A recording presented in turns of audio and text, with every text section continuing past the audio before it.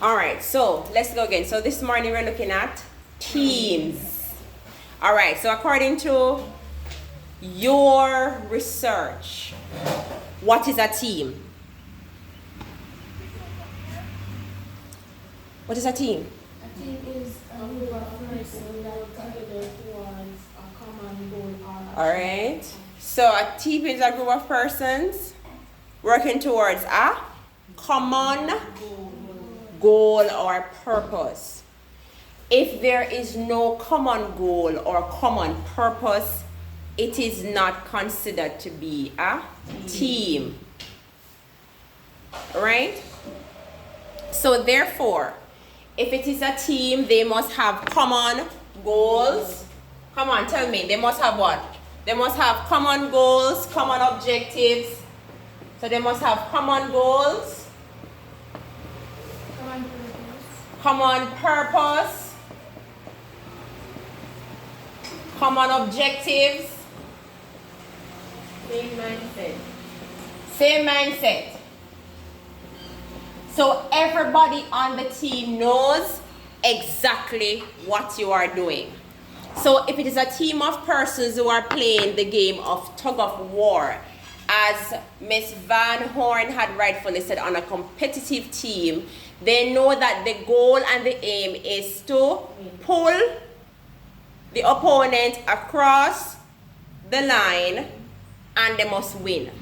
And the common goal is that we must win by pulling our opponents across, which therefore means what? What is everybody going to be doing? Integrating their strengths to pull. Right? So there is nobody in the party who decide that they want to push or just can't bother today and just stand up. So therefore, when you are at work, you are actually a team. Have you ever noticed that whenever you are writing your resume, people like to say, oh, I'm a great team player? Why do they say that they're a great team player? What is that saying? What is it that they're trying to say to their prospective employer? They can work in a group? Group? What? That they are capable of working together. Capable of working together, but even so more what? They can achieve the goal. Right. So they have the skill and the personality to work towards something common that the company wants to achieve. We get that? Because remember, many persons can work in an area, but they don't necessarily like teamwork. It's just like going back to school. Who liked group presentation? Nobody liked it. Well, I liked it because it was less work for me. I work smart, I don't like to work hard. I like to work smart. So if you think about it, when you go, why is it that you never like group work? Should have asked that question. Why you never liked group work? Because you tell one thing to do this and I have to end up doing it. You tell the next somebody to do it and then not do it. And then not do it. Right. So you give everybody, you would have assigned different tasks and persons did not accomplish it. And that would have been frustrating, right? But then, did you ever consider that before you should have assigned some tasks, you should have found out what persons are best at? Don't it? Right. When a company decides to open like a restaurant, let us say a hotel, it's not everybody can be chef, right? Because persons must have certain competencies in order to become chef and certain skill sets. It's not everybody that's going to be the front office receptionist, right? You must portray some competencies and some skills and some abilities for you to do that one specific task well and on time. No, so Yes. the same thing goes in teams. When we are going to be building or creating teams, we must consider who are the persons who will make the team, because it will dictate whether or not the objective, the common goal, the common purpose, the common objective, and the common mindset is achieved. And when you create a team where the best of every area that you want to accomplish in this objective, somebody is there, this is what persons call a high performance team. You know, at work, we have some people that are just excellent at what they do, right? And as a result of that, you must ensure that when you're going to create a team, there are some things that must be considered. All right, next slide says what? So, tell me what now is the difference between a team versus a group. So, what is a group? That's the next slide. What does it say? A group is a collection of individuals who coordinate. Right. They are individuals. So a group is really a collection of people just coming together and working. So they don't necessarily need to share the common objective. That is why it's called group work, and not teamwork. So you say, all right, I'm going to do the content. You're going to do the introduction. You're going to chapter 1, chapter 2, chapter 3. That is their individual effort.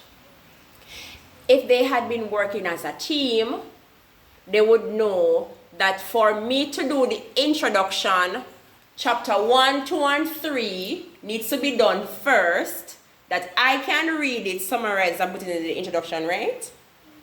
You get what I'm saying?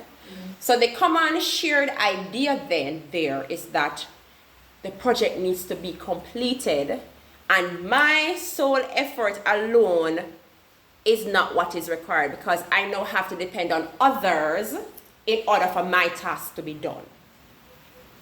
All right? So even though you're taking notes, remember that the class is going to be uploaded on YouTube. It's recorded. All right. Now, the difference now with a team is that a team is a group of persons who share common purpose, goal, objective, and mindset. Now, when you have a group, another difference with a group is that the leader takes on the role of a mentor, a coach, or a facilitator. So, if you are the group leader, you'll go to the young lady who has chapter 1 to say, you finished chapter 1, you want me to help you?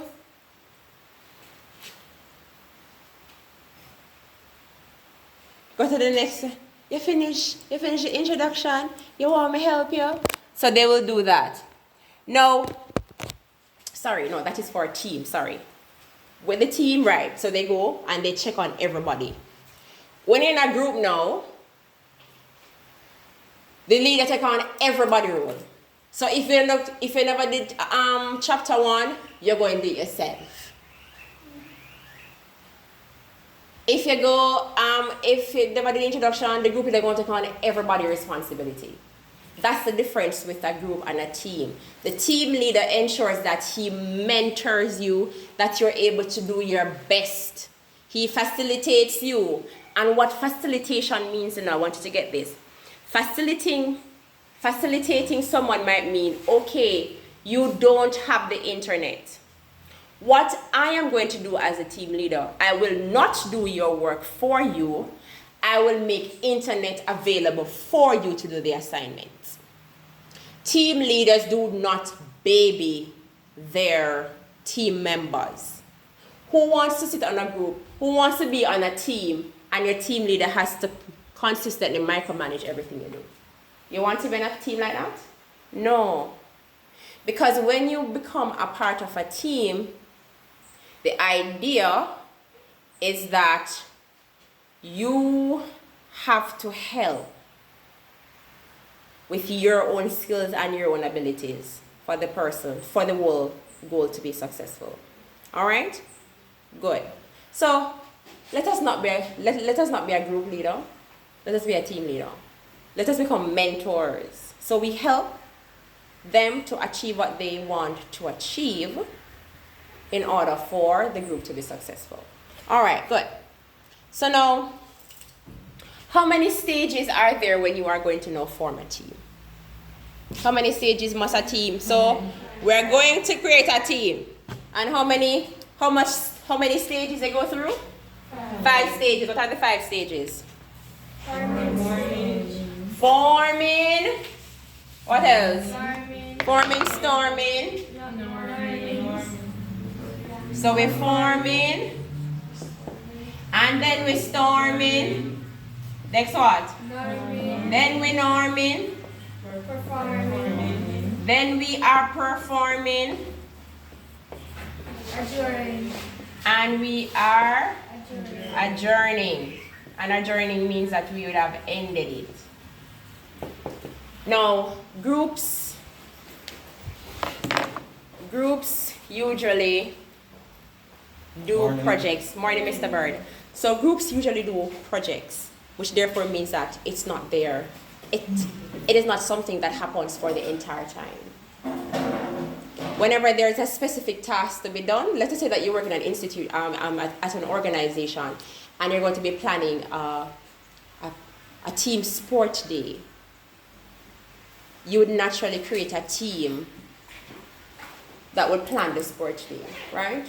You're not going to just leave it up and say, you won't come to work and say, okay, we're having a sports day next week, Thursday, plan it and leave. Would you do that? No. You would find persons from different departments, you'd put them on a team, you'd ascribe to them different responsibilities for the day to be successful, right?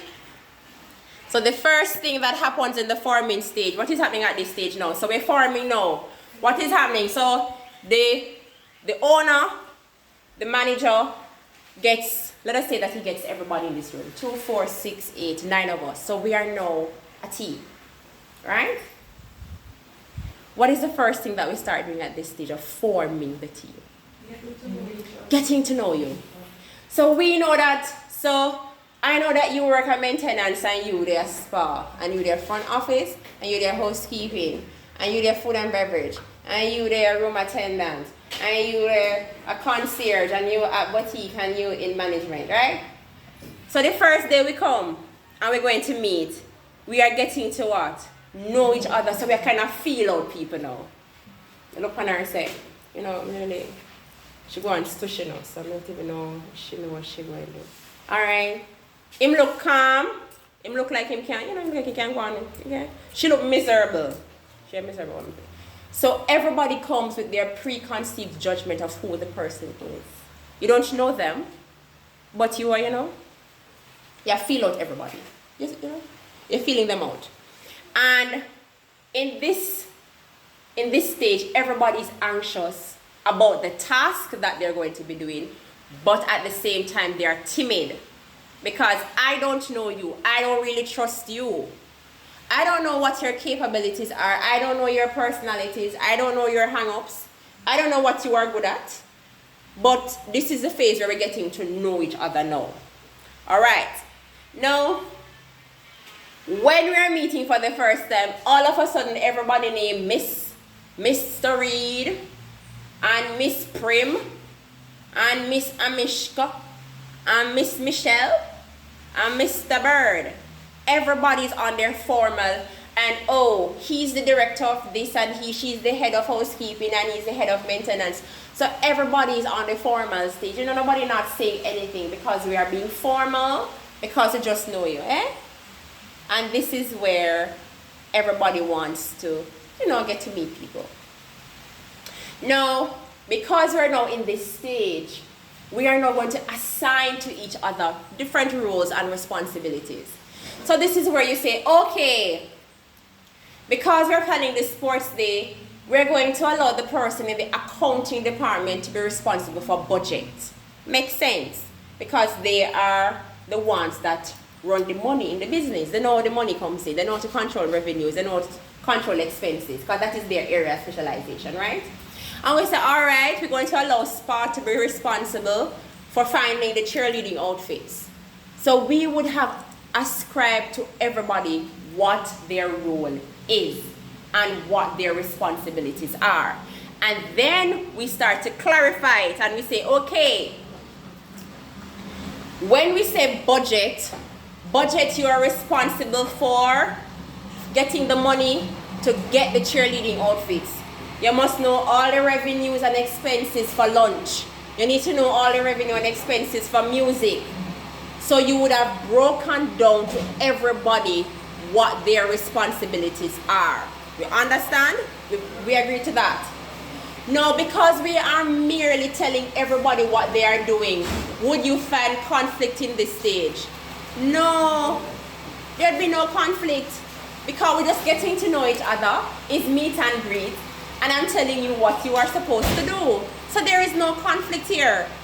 Everybody knows what it is that they're supposed to do. And then this is the time when people say, yeah man, I like my role. And I think it's a great idea what we're going to do. And I can't wait to start this. You know, so everybody buys into the common goal, the common mission, and the common objectives. Alright? So these are the nice part. This are when nobody don't really know nobody. And everybody like everybody. And then stage number 2 starts. And stage number 2 is called? And as the name suggests, so shall the personalities become storming. And this is where everybody true colors start come out.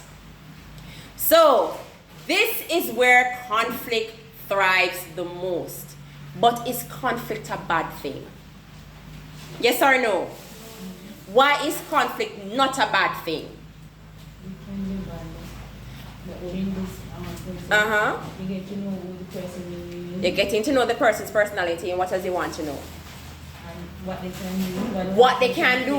What is happening in the storming phase now, man? So this is stage number 2 now. We're planning the sports day. What is happening while persons are quarreling? Everybody have their own opinion and idea of how the sport day must be. So Spa said, oh, if we are going to do the sports day now, we must do cheerleading and we want cheerleading to be the first thing. Maintenance said, no, we're not doing no cheerleading. So we take this for a PM man alone in maintenance. Oh, we got the cheerleading. We're not do that. Cut that out. Let us do something else. And then you're going to hear another team say, oh, so which day we go have sports? Put it on a Saturday. Saturday, we got church on Saturday. And you're discriminating against all the persons who are 7 years Sabbath go. And then you hear all of the thoughts coming through. And then Spark said, oh, listen, because we are responsible for cheerleading outfits now, I want the clothes to come shipped from foreign because my cousin know this place that make awesome cheerleading outfits. And accounting going to say, so where shall we go get the money from? Where take this thing for? You try to find one little dressmaker down the road, let you stitch up a little skirt them for it. And you're going to hear the back and forth and the back and forth and the back and forth. And the reason for this is because we are sharing ideas.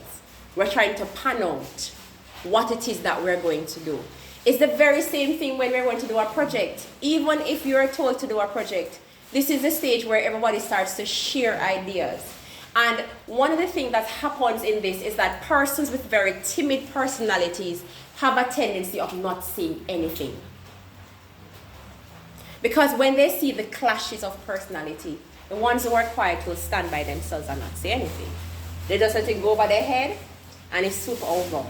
And the ones who are more boisterous now, like maintenance are the ones that make the most noise. So maintenance and entertainment, they're the ones that food and beverage research looking, but you know, Spa go say, yeah, very quick quiet. So, you know, they're not going to listen. Front office, you know, they're really nice, they're not going to make much noise. Accounting now going to sit down like this.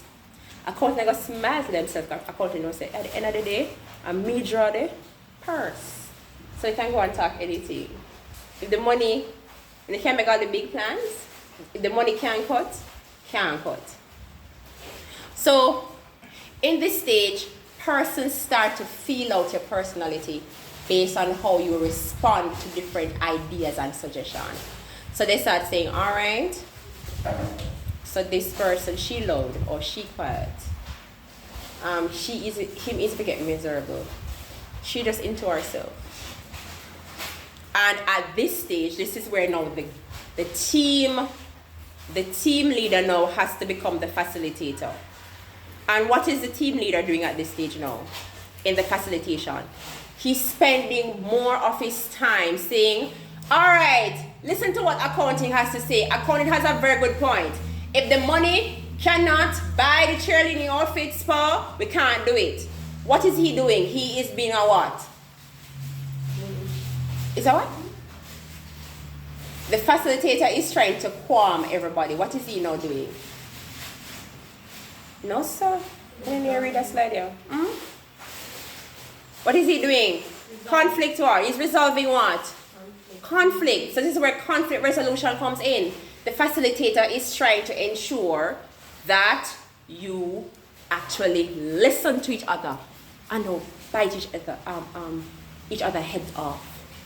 All right, so he's ensuring that they are solving the problems, they are resolving the conflict. Now, this is when now he's not going to start coaching you on how to work effectively. So he'll say, all right, I want to start pairing you up. So notice that in order to work with accounting, maintenance, you have to go there in the afternoon and you work out all the money thing you're going to need from them. So it's teaching you how. All right, nobody shout, don't shout at her because she don't like when I shout at her. Be more quiet. All right, Mr. Verbose with the loud, please speak slower. Please speak lower to the spa ladies. So you are teaching each other how to work effectively. All right, we can't have the meeting in the morning because we are cutting into time that the marketing department needs to do their different promotions. So let's try it in the evening. All right, we can't have this meeting here. We have to have some of the meetings sometime via email, online, or face-to-face. So we are working out. So the moment the conflicts are resolved, this is why the team leader is very important. The moment because he's the one that's monitoring, because guess what happened? If no team leader is decided, you will consistently quarrel back and forth from each other. Think about it.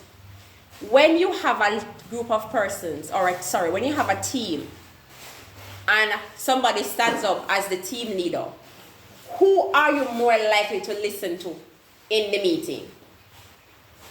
Not the team leader. It is the team leader that you are more likely to listen to. Good morning. You are more likely to listen to the team leader in order to get things going. If there is no team leader, everybody talks and there's more chaos and nothing is resolved. That is why every time four of you sit down together, choose a leader. And I will tell you this, if there is no leader chosen, you will naturally start to listen to the one who speaks the loudest. So if you're in the group and this one person just stand up and say, yeah man, all right, what you say, you will start listening to that one person.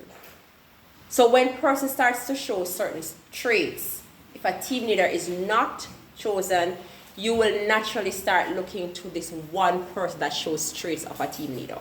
So to resolve all of this quickly, the moment you're going to create a team, choose a team leader. Sometimes because you don't know the person, it's always nice to feel out people first. But if it is within an organization, they always create or ascribe or assign somebody to be the team leader. All right? Then the next one is what?